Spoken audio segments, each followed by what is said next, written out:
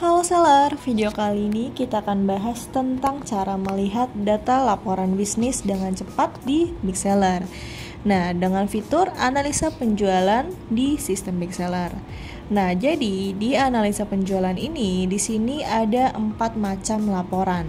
Kayak gitu. Dan yang pertamanya ada laporan toko, laporan pesanan, penjualan, dan laporan keuntungan. Di sini kita akan bahas satu persatu dan juga perbedaan dari masing-masing laporan yang ada di analisa penjualan. Pertama, di sini ada analisa toko. Jadi, jika teman-teman seller sudah proses pesanan di Big Seller, lalu juga sudah pakai fitur pergudangan dan segala macamnya sudah dilakukan di Big Seller, nanti untuk laporan penjualannya pun sudah bisa langsung dicek dari sistem Big Seller. Kayak gitu. Dan sebagai informasi tambahan, sistem laporan di Big Seller ini kita mempunyai perhitungan sendiri dan pastinya berbeda dengan perhitungan di marketplace. Jadi, kalau misalnya teman-teman sudah menggunakan fitur Big Seller, pastikan untuk selalu proses pesanan di Big Seller dan juga untuk update stok dan juga untuk menggunakan semua fitur yang ada di sistem Big Seller. Kayak gitu, terutama sudah menggunakan fitur pergudangan dan juga pastinya harus sudah aktifkan fitur stok dan mengisi harga modal. Seperti itu. Kalau misalnya pergudangannya sudah digunakan, proses pesanannya di Big Seller juga sudah selalu proses di Big Seller, pastinya untuk laporan di sistem Big Seller yang pun juga sudah sesuai kayak gitu. Jadi memang harus ada beberapa yang harus diperhatikan agar laporan dari penjualan di sistem Big Seller ini bisa sesuai kayak gitu. Nah, yang di sini kita bahas untuk perbedaan masing-masing laporan yang ada di analisa penjualan. Pertama ada laporan toko. Jadi laporan toko ini nanti kita bisa ngecek masing-masing toko yang kita punya, baik toko di toko online kita, toko marketplace, sampai dengan toko offline kita, toko pesanan eceran pos, manual, tautan, dan semua toko offline lainnya. Ini bisa kita cek data laporan tokonya masing-masing. Nanti kita juga bisa searching periode, mau cek data laporan tokonya ini periode berapa kayak gitu. Contoh seperti ini, nanti akan terlihat masing-masing jumlah penjualan dari tokonya. Contoh di sini pas kita searching Shopee, di sini jumlah pesanannya 1. Di sini jadi yang akan muncul hasilnya ini sesuai dengan filter waktu yang kita filter kayak gitu. Kalau misalnya kita pilih semua marketplace, nanti akan muncul total penjualan dari semua toko yang kita punya, baik toko offline maupun toko online. Kayak gitu. Nanti di sini akan terlihat jumlah pesanannya, total penjualannya berapa, penjualan produknya, jumlah pesanan valid, penjualan pesanan valid, sampai dengan total dana pengembalian kayak gitu. Jadi di sini nanti akan ada muncul rinciannya per toko. Kayak gitu. Di sini contoh manual order yang dari pesanan manual, jumlah pesanan validnya ini berapa akan terlihat di sini, total penjualannya, jumlah pesanannya, total paketnya, total pembeli dan segala macam ini. Jadi nanti akan ada terbaca semua rincian laporannya. Kayak gitu. Di sini juga akan terbaca untuk grafik dari perkembangan masing-masing toko kita. Kayak gitu. Selanjutnya di sini juga ada laporan pesanan. Nah, laporan pesanan ini nanti kita bisa lihat masing-masing per tanggal itu kita ada berapa jumlah pesanannya. Contoh misalnya 7 hari terakhir, 15 hari terakhir, atau 30 hari terakhir. Atau kalau misalnya kita mau cek laporan pesanan dari pesanan yang berhasil dipesan di kemarin, misal contoh di tanggal 26, nanti akan muncul di sini kayak gitu. Di sini kita contoh untuk di 1 November, coba kita filter sampai dari tanggal 1 sampai tanggal 30 November seperti ini. Nah, di sini nanti akan terlihat jumlah pesanan per tanggal 1 sampai 30 November ini ada berapa. Nah, di sini tanggal 30 November, di sini nanti akan terlihat ada berapa jumlahnya, 29 ada berapa. Jadi nanti yang muncul di rincian summary-nya ini adalah per tanggal, jumlah pesanan per tanggal. Kayak gitu. Per tanggal 30 November atau per tanggal contoh 28 November ini jumlah pesanan validnya ini ada 11.000. Pesanan validnya ini ada 1, kayak gitu. Nah, di sini nanti juga ada penjelasannya. Perhitungannya masing-masing ini ada penjelasan di bagian keterangannya sini. Kayak gitu. Terus di laporan pesanan ini di sini menghitung pesanan sudah termasuk diskon dan juga ongkos kirim. Jadi sesuai dengan jumlah yang dibayar oleh pembeli. Kayak gitu. Nah, kalau ini jumlah pesanan valid ini berarti sudah dikurangi sama pesanan dibatalkan atau retur-retur, pokoknya benar-benar semua pesanan yang sudah komplit, yang udah valid kayak gitu. Nah, di sini yang sudah dikurangi dari jumlah pembatalannya juga. Totalnya dari semua pesanan. Nah, lalu selanjutnya di sini kita juga bisa filter per tokonya kalau memang kita mau lihat jumlah laporan pesanan per toko kayak gitu, per marketplace-nya. Jadi biar terlihat nanti di rincian sini untuk contoh toko Shopee di sini dari tanggal 1 sampai tanggal 30 November ada berapa pesanan kayak gitu. Lalu di laporan penjualan di sini kita bisa melihat berdasarkan penjualan berdasarkan masing-masing SKU toko atau SKU gudang. Kalau misalnya pesanan tadi itu total semua pesanan yang masuk per tanggal sekian kayak gitu. Nah, kalau di penjualan ini di sini kita bisa melihat per produknya langsung.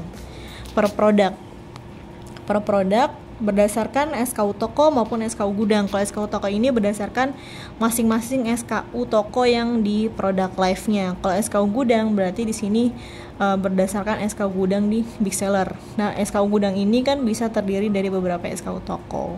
Kayak gitu. Kalau misalnya menggunakan sinkronisasi stok. Nah, di sini nanti akan terlihat masing-masing nih dari tanggal, kita juga bisa filter tanggalnya, contoh dari tanggal 27 November sampai 3 Desember. Di sini ada satu produk yang terjual. Nah, jumlah penjualannya sekian, pesanan valid itu sekian. Kayak gitu. Nanti juga akan terlihat berapa dana pengembalian dan juga produk yang dikembalikan, kayak gitu. Di sini akan terlihat nih laporan SKU tokonya. Nanti di bagian sini kita juga bisa lihat rinciannya. Nah, di sini detailnya per masing-masing SKU. Kayak gitu. Jadi di sini lebih rinci lagi. Nah, di sini untuk berdasarkan SKU gudang. Nah, apa yang membedakan antara laporan pesanan dan juga laporan penjualan? Jadi, kalau laporan pesanan tadi sudah termasuk ongkir dan juga diskon. Kalau misalnya laporan penjualan di sini harga produk penjualannya ini tidak termasuk ongkos kirim dan biaya lainnya. Jadi benar-benar yang dihitung itu berdasarkan penjualan produknya saja, kayak gitu. Jadi ini bersihnya produk yang kita jual. Kalau pesanan ini kita benar-benar harga yang dibayarkan oleh pembeli. Jadi sudah termasuk ongkos kirim, sudah termasuk diskon dan segala macam. Ini di laporan pesanan ini juga bisa ngecek voucher.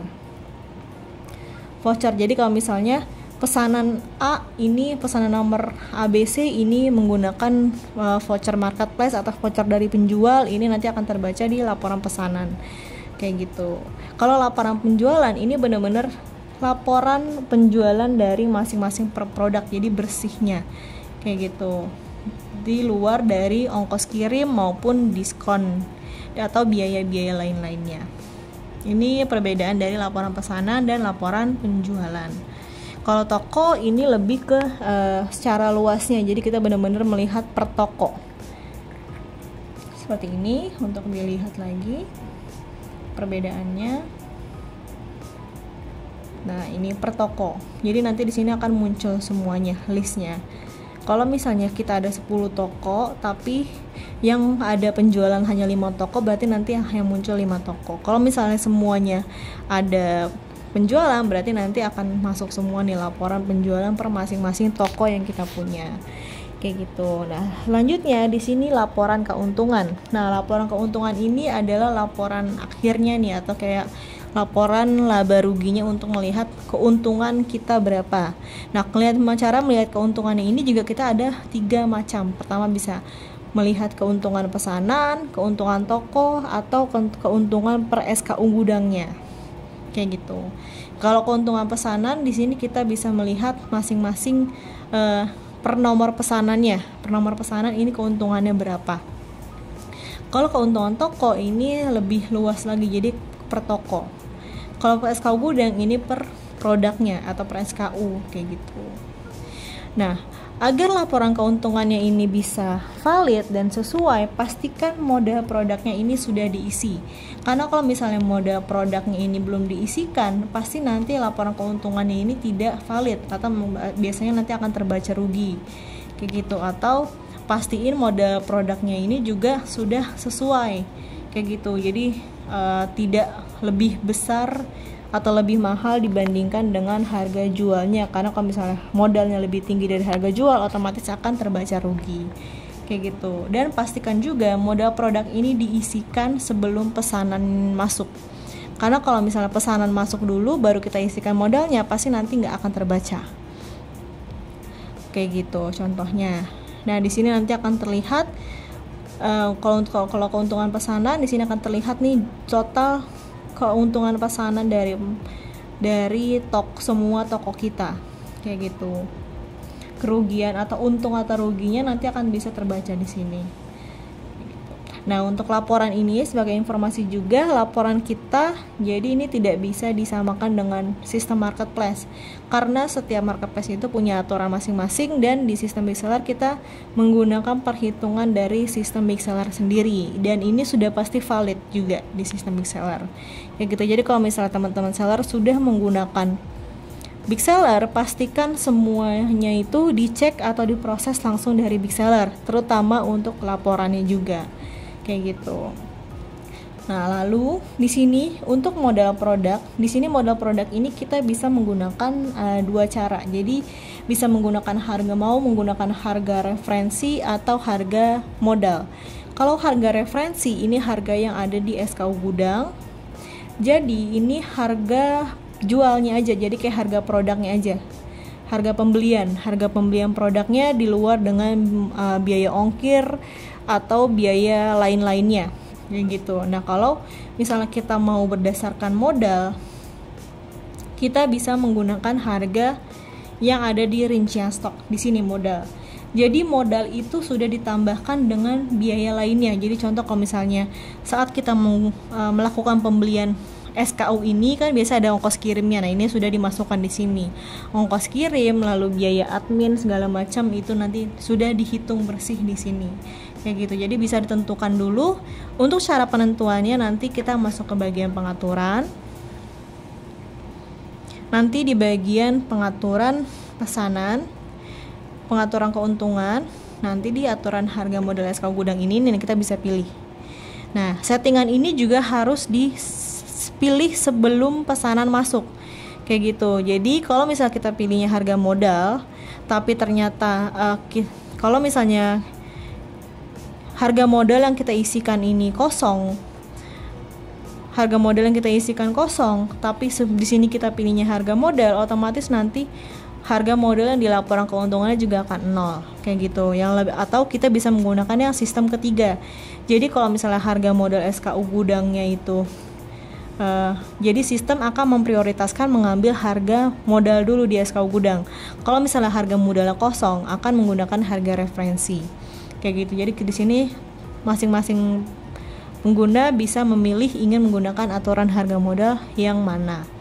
Ini yang akan menentukan harga modal di bagian laporan keuntungan. Kayak gini. Di sini untuk cara mengecek data laporan bisnis di analisa penjualan di sistem big seller. Jika nantinya teman-teman seller mempunyai pertanyaan lain terkait penggunaan fitur big seller lainnya, bisa langsung hubungi CS Big Seller dengan klik hubungi kami di bagian bawah kanan ini. Nanti bisa hubungi via Facebook, WhatsApp, email, maupun Telegram. Agar setiap kendala maupun pertanyaannya bisa langsung dibantu lebih lanjut oleh tim CS kami.